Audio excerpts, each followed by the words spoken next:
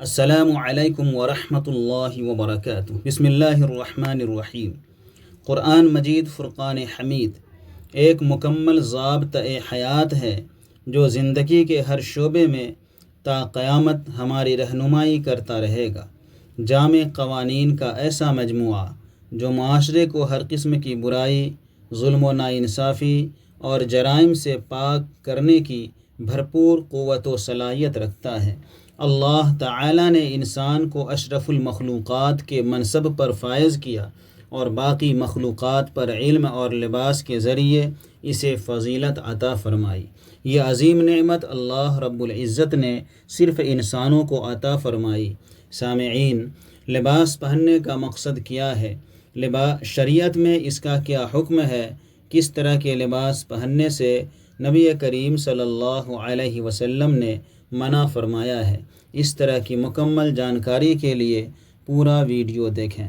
حضور سرور کائنات صلی اللہ علیہ وسلم نے بھی لباس کو اللہ تعالیٰ کی عظیم نعمت قرار دیا اور اپنے عمل سے اس پر شکر ادا کرنے کی تلقین کی اور نیا لباس پہننے کی دعا بھی ہمیں سکھائی۔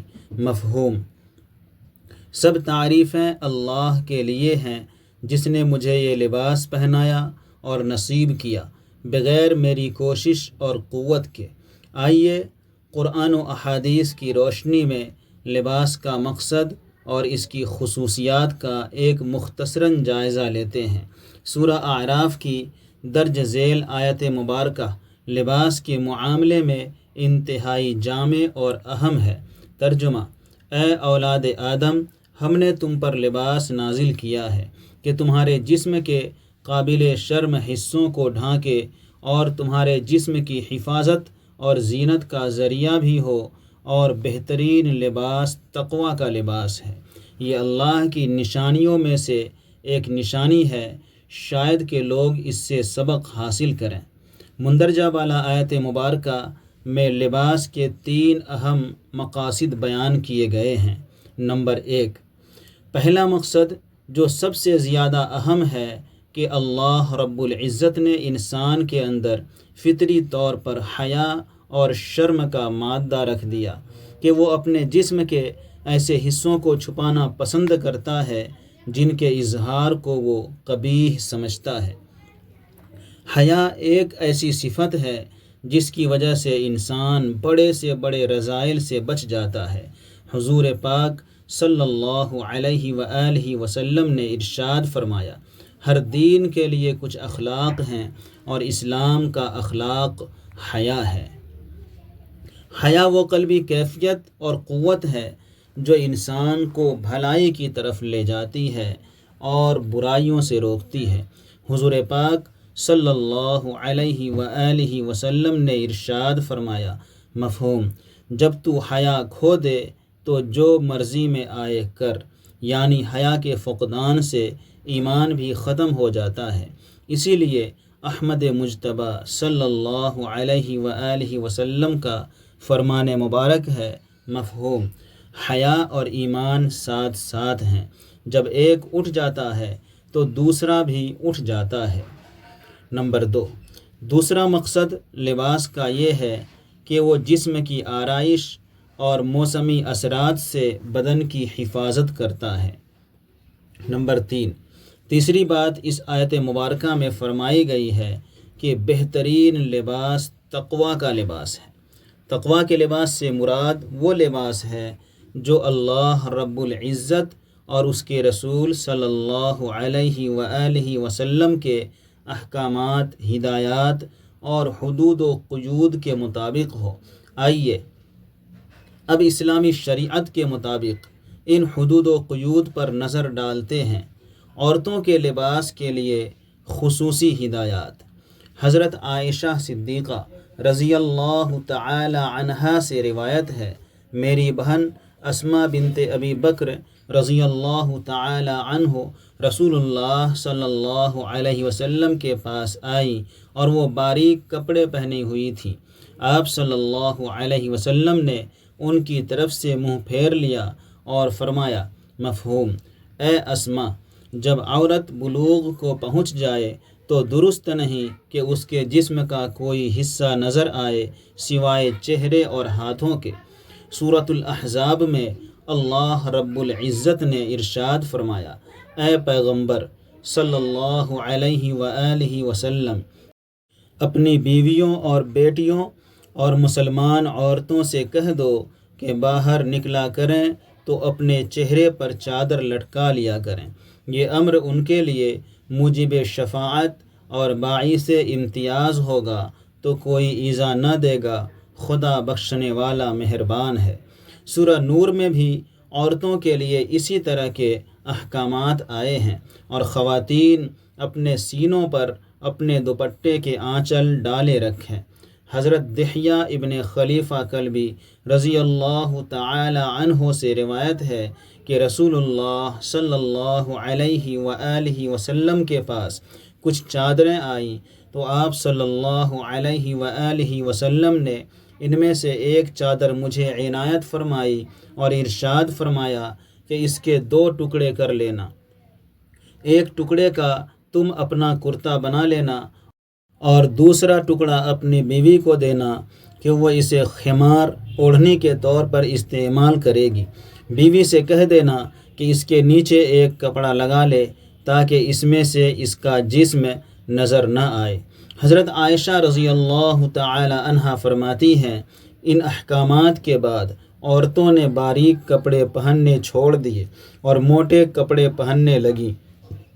مندرجہ بالا ہدایات سے یہ معلوم ہو گیا کہ خواتین دوپٹہ اوڑھنے کا اہتمام کریں اور اپنے سر اور سینے کو چھپائے رکھیں۔ دوپٹہ ایسا باریک نہ ہو کہ جس سے سر کے بال نظر آئیں۔ لباس نہ بہت زیادہ تنگ ہونا چاہیے اور نہ ہی باریک ہو کہ جسم نمایاں ہو۔ کسی دوسری قوم کے مشابہ بننے کی کوشش نہ کریں، مردوں کی مشابہت اختیار نہ کریں۔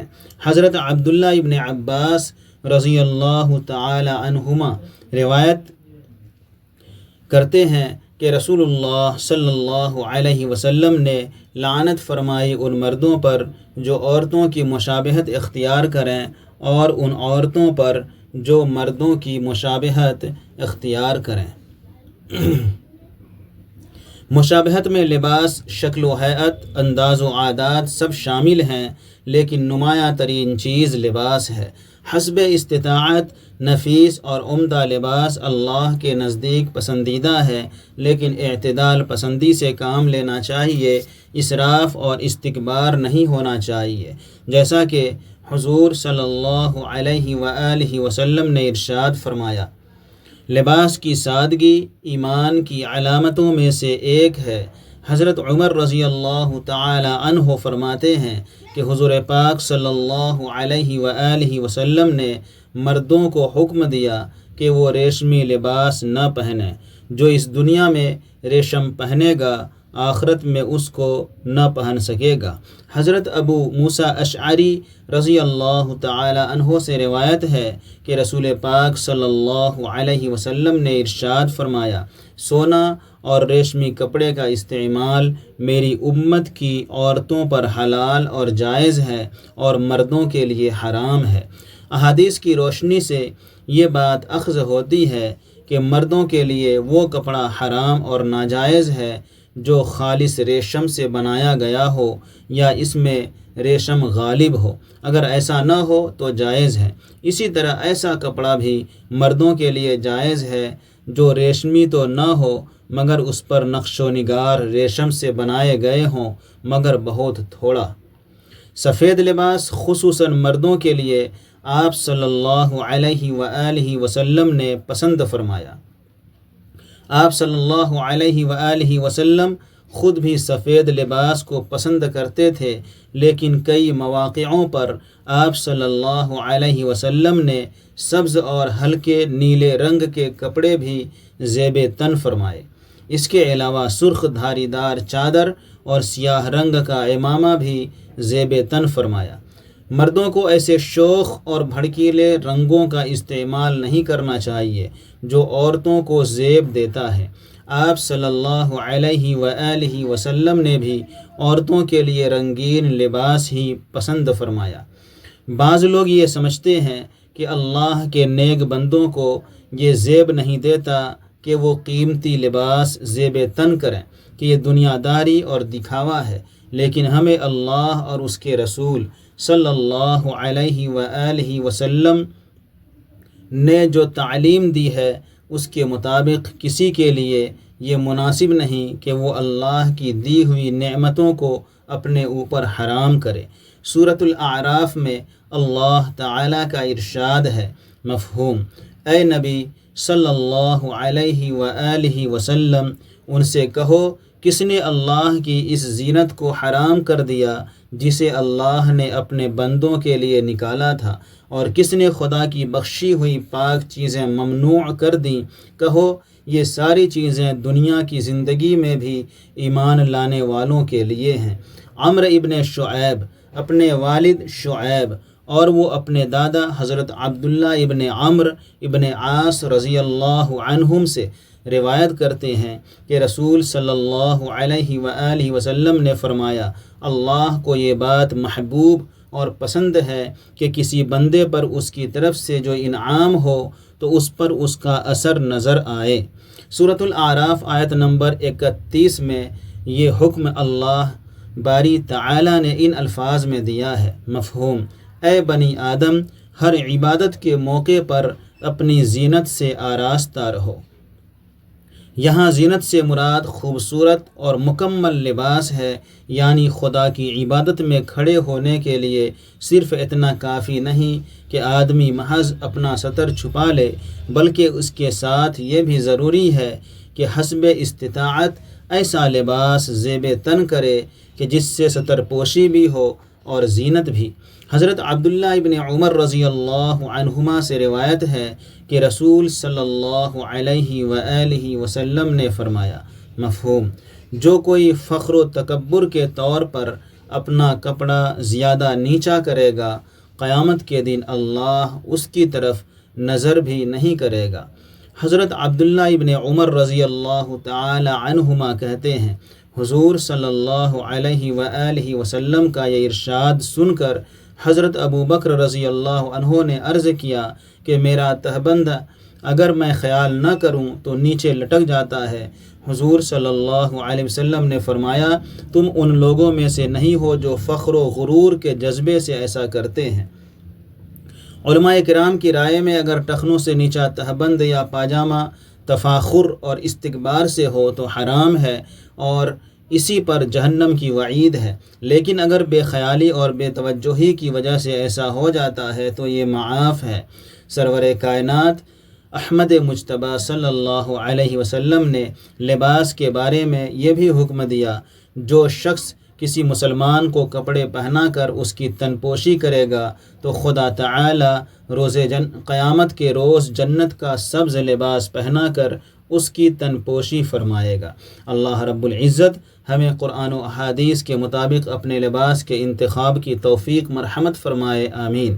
سامعین، یہ ویڈیو آپ کو کیسی لگی کمنٹ کریں، ویڈیو کو لائک کریں اور ایسی ہی فائدہ بخش ویڈیوز کے لیے میرے چینل ٹرو وائس کو ضرور سبسکرائب کر لیں۔